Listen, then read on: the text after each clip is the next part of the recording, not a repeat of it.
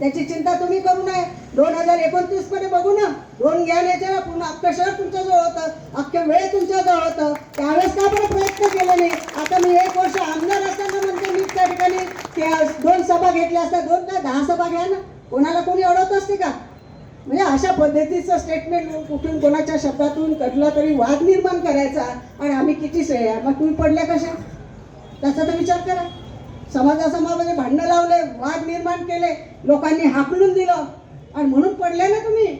मग तुम्ही पडले त्याचं दुःख करा ना. मी निवडून आले त्याचा कशाला दुःख तयार करता? म्हणून माझ्या सर्व बंधू भगिनींना विनंती आहे की निवडणूक आहे, असे प्रचार असे प्रकार होणारच आहे. ज्यांना बोलायचं त्यांना बोलू द्या. आपल्याला विकासासाठी मत पाहिजे.